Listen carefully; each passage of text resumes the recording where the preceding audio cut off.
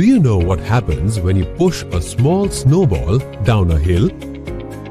It continuously picks up snow and becomes a huge snowball when it reaches the bottom of the mountain.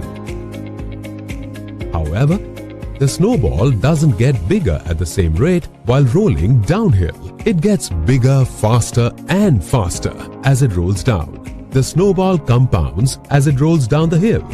Compounding is essentially a snowballing effect. Compounding is when you earn interest on your initial investment and that interest earns you more interest. For example, the future value of SIP of Rs 5,000 per month, assuming a 12% CAGR return, will be Rs 4.06 lakhs. But when you double your SIP period from 5 years to 10 years, the future value of the same SIP will be Rs 11.20 lakh. At the end of the 20th year, the value of the same SIP will be Rs 45.99 lakhs. So, if you stay with your SIPs in mutual funds for a long time, you can gain a substantial amount.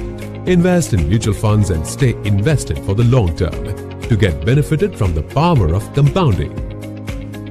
Mutual fund investments are subject to market risks. Read all scheme-related documents carefully.